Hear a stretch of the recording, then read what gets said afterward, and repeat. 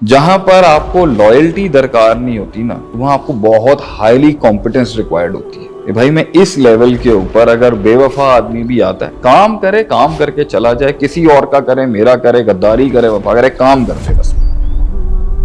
मालिक उससे ना फ्री होगा, सिस्टम के बड़े ना उसको ज्यादा लिफ्ट कराएंगे, होगा दूर दूर से उसको प्यार मोहब्बत दीजिएगी। सही। हायरार्की में ऊपर जो टीम आती है ना, उस लॉयल्टी उसके लिए चाहिए जिन्होंने ऊपर आना है, जिन्होंने मजदूरी करनी है, दिहाड़ी हुए काम करना है, जिन्होंने अपना पैसा कमाना है, कुछ आपसे कमाना है, कुछ दूसरा, वहां लॉयल्टी इज नॉट आस्क्ड। वहां उनसे काम कराया जाएगा और उनको उजरत दी जाएगी। अच्छा, एक बड़ी बेवकूफी है कि हाईएस्ट बेंच पे आप स्किल ओरिएंटेड बंदा डालते हैं। एक आदमी अगर मजदूरी ही करना चाहता है और नहीं इससे आगे वो मजदूरी रखे, आप उसको अगर उस बेंच में लेके आएंगे जहां पॉलिसी मेकिंग हो रही है तो वो चुभेगा आपको। अब एक आदमी कहता है कि भाई मैं स्किल भी डेलीगेट नहीं करूंगा और गद्दी भी चाहिए मुझे, मजदूर भी रहूंगा और पावर में भी रहूंगा, ये नहीं हो सकता, ये फसाद है। अगर एक लॉयल आदमी एक स्किलफुल आदमी की कदर नहीं कर रहा तो उसको हम कहते हैं ठीक है, तो उसकी जितना 18 घंटे काम करके दिखा दे। नहीं, देखिए रोल्स में बहुत डिपेंड करता है ना कि किस रोल के लिए हम बंदे को हायर कर रहे हैं, या उससे ताल्लुक बना रहे हैं, उसको टीम में ले रहे हैं, या हम एक कनेक्शन बना रहे हैं। वैसे लॉयल्टी का पहलू भी बहुत अहम है, वफादार हो आपके साथ। हुनर का पहलू भी बहुत अहम है कि स्किल्स हो उनके पास जिनके साथ आपका ताल्लुक बन रहा है। लेकिन कभी ऐसा होता है कि हम कभी रोल ये मांग रहा होता है कि भाई आपको हाईली स्किलफुल आदमी चाहिए, भले लॉयल्टी के अंदर थोड़ा सा अप्स एंड डाउन हो जाए, कोई मसले की बात नहीं है। और कभी ऐसा होता है कि भाई हमें कॉम्प्रोमाइज कर लेंगे हम थोड़ा काम के ऊपर, लेकिन हमें हाईली लॉयल बंदा चाहिए, इसके अंदर हम रिस्क नहीं ले सकते। तो क्या शरीयत ने इसके ऊपर भी बात की है? देखिए हमारे पास बहुत अच्छे मैक्रो उसूल हैं एक फ्रेमवर्क ड्रॉ करने के। अल्लाह के दीन के अंदर जो इंसानों की सबसे ज्यादा समझ रखता है और उनको एक्चुअल फितरत के ऊपर चला रहा है, उसके अंदर जो बेसिक है ना, जिसके तहत आपने बंदे के अंदर जो सलाहियत देखनी है, वो है जब मूसा अलैहिस्सलाम वाली वो आया था ना, इन्ना खैरा मन इस्तअजरता, बेटियों ने कहा नबी को, अपने नबी बाप को, याकूब अलैहिस्सलाम थे मेरे ख्याल से, शुएब अलैहिस्सलाम को, उन्होंने कहा औज़ु बिल्लाहि मिनश शैतानिर रजीम बिस्मिल्लाहिर रहमानिर रहीम, इन्ना खैरा मन इस्तअजरता अल कवियुल अमीन।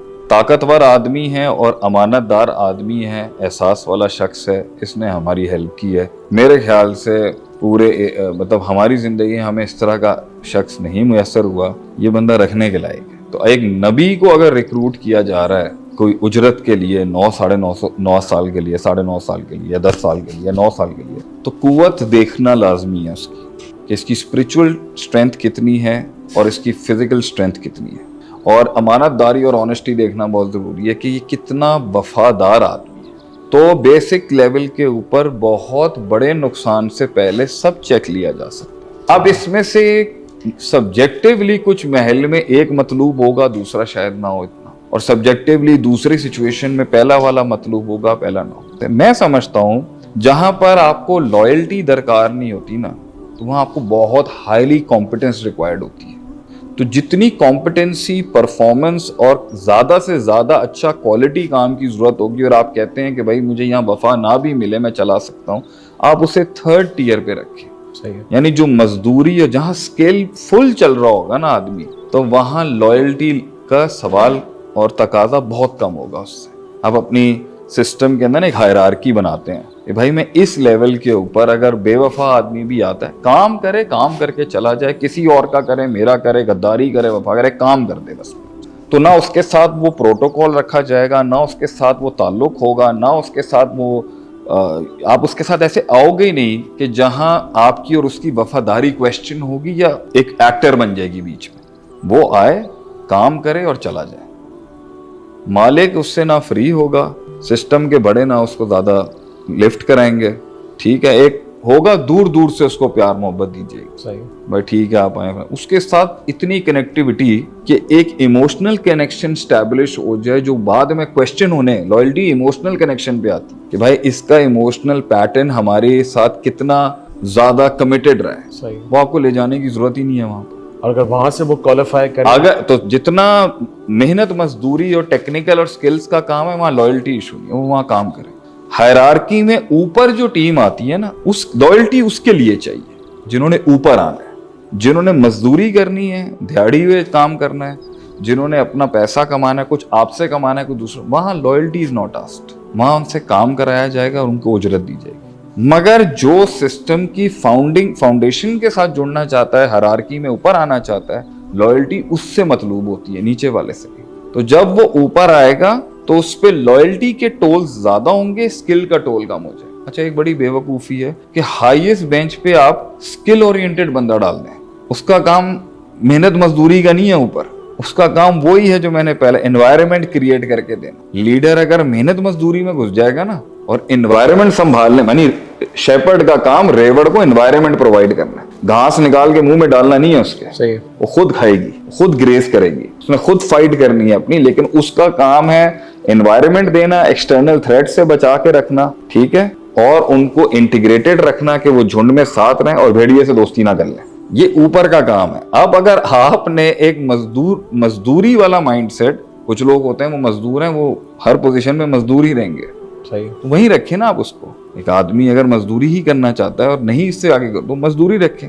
आप उसको अगर उस बेंच में लेके आएंगे जहां पॉलिसी मेकिंग हो रही है, तो वो चुभेगा आपको, टेंशन क्रिएट होगी वहां। सो स्किल्स आर नॉट मतलूब in the highest bench, loyalty is मतलूब इन द हाईएस्ट बेंच, ठीक है। स्किल उस लॉयल्टी जितनी उससे मतलूब होगी, स्किल डेलीगेट होता जाएगा। अब अगर इसमें बहुत प्रॉब्लम है, अगर वो स्किल डेलीगेट भाई, अगर वो पोजीशन के पर्क्स खाना चाहता है, गद्दी के पर्क्स खाना चाहता है, तो उसे स्किल डेलीगेट करना होगा ना। अब एक आदमी कहता है कि भाई मैं स्किल भी डेलीगेट नहीं करूंगा और गद्दी भी चाहिए मुझे, मजदूर भी रहूंगा और पावर में भी रहूंगा, ये नहीं हो सकता, ये फसाद है, मार्क कर लें आप उसको, ठीक है। लेकिन अगर स्किल डेलीगेट करता है, तो लॉयल्टी के पोल्स क्या होंगे?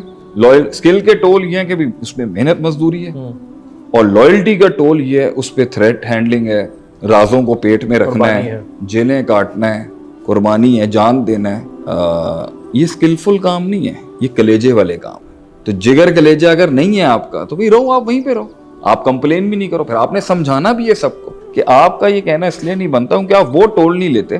तो एक एनवायरनमेंट में अगर एक स्किल वाला आदमी अपनी ज्यादा हाँक रहा है कि भाई मैं बहुत मेहनत करता हूँ, मैं बहुत ये करता हूँ, मैं फलां करता हूँ, तो हम उससे बोलते हैं भाई तुम्हारी मेहनत की ये वेटेज है और मेरा टोल लॉयल्टी का ये है, मेरी वफा के टोल को वेट करो ना दोनों को। तो मेरे टोल को तू अपने कलेजे पे ले जा, मैं तेरे स्किल को अपने ऊपर ले आते हैं, देख लेते हैं कौन किसकी पोजीशन में हो, और हो सकता है दोनों घबरा जाए। अगर एक लॉयल आदमी एक स्किलफुल आदमी की कदर नहीं कर रहा, तो उसको हम कहते हैं ठीक है, तो उसकी जितना 18 घंटे काम करके दिखा दे, नहीं, उसके टोल डिफरेंट है। जो दोनों टोल लेगा वो है लीडर, सही है। यानी वो स्किल का टोल भी रखेगा और स्किलफुल लोगों को मैनेज करने का, उनको चलाने कुछ खुद भी कर लेगा भाई, वो कभी कभी खुद भी कर लेगा काम, ठीक है, खुद भी ग्राउंड पे उतर जाएगा। लेकिन मेजरली जो क़यादत का काम है, लीडरशिप का काम है, वो एनवायरनमेंट प्रोवाइड करने के लिए वो टोल लेना है, जिससे वो इंटरनल और एक्सटर्नल थ्रेट्स, एनवायरनमेंट की हमांगी, खुशगवार एनवायरनमेंट, और वो सारे सोर्सेज नेचर के अप्लाई कर रहा होता है कि ये फल फूल जाए दरख्त यहाँ पर। तो वो टोल डिफरेंट है, लॉयल्टी का टोल डिफरेंट है, स्किल का टोल डिफरेंट। जितनी पोजीशन ऊपर होगी, लॉयल्टी मतलूब ज्यादा है और उसका टोल अलग है, सही, ठीक है। उसका कॉर्पोरेट्स में ले जाए तो एग्जीक्यूटिव डिसीजंस और सारे उसके हैं। अब आप कहें भाई सीईओ जो है वो 18 घंटे क्यों काम नहीं करता? भाई वो इसलिए काम नहीं करता क्योंकि वो उस एनवायरनमेंट को प्रोवाइड कर रहा है। उस एनवायरनमेंट को आपको प्रोवाइड करने को दोगे, आपकी नींदें हराम हो जाएगी। वो सीईओ खाली 18 घंटे में एक फैसला ले रहे हो, उसका वो सिमत बदल सकता है चीजों की, उसके एक फैसले का टोल ही होगा, उसकी जिंदगी बर्बाद हो जाएगी। सही है, वो जेल जा सकता है, उस पर खतरात आ सकते हैं, उसके दुश्मन ये अलग। तो ऊपर वाले की अलग मतलूब है, नीचे मेरी नजर में नीचे के लेवल पे रखें। जो नहीं ऊपर आना चाहते उसको समझाएं कि if you want to come up, और समझाना क्या, आपकी अपनी टीम, आपके अपनी बड़ों में ये सोच होनी चाहिए कि इसको ऊपर लाने का चेक कैसे लेना है। सही। अब फसाद ये होगा कि आप नीचे वाले को ऊपर कर दें, ऊपर वाले को नीचे कर दें, इधर वाले को उधर कर दें, उधर वाले को उधर कर दें, और सोच आपके पास कुछ है नहीं, गलत प्लेसमेंट कर, और ये तो हम लीडरशिप के फ्लॉज पे बात पे जाएंगे ना कि सबके पीछे सिर्फ एक नफ्स चल रहा था, ठीक है, कोई प्रिंसिपल। लेकिन आज हम टीम पे ही हैं। आप टीम पे रहे। तो बेसिक के अंदर जो है वो हमने एक बेसिक सॉइल टेस्टिंग देख ली कि वे आपने बंदे कैसे रखने हैं, क्या क्या चीजें देखनी है आपने।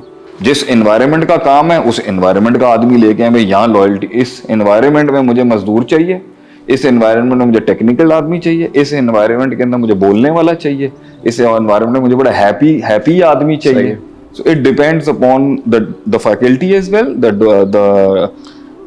हाँ, और उसमें- रिक्वायरमेंट हाँ एंड द पोजीशन, हाँ सही प्लेसमेंट हो। हाँ, वो उसके मुताबिक होगा और फिर उसी में से निकालने की कोशिश करेंगे कि प्रोसीजर से गुजरा हुआ आदमी अगर लॉयल बन के बड़ा बन जाए ना, वो बहुत पावरफुल होता है आपके। बाहर से एक अलहदा लॉयल ला के स्किलफुल लोगों के ऊपर बिठाएंगे ना, तो वो कभी कभी मिसअंडरस्टूड हो जाती है। ये बहरहाल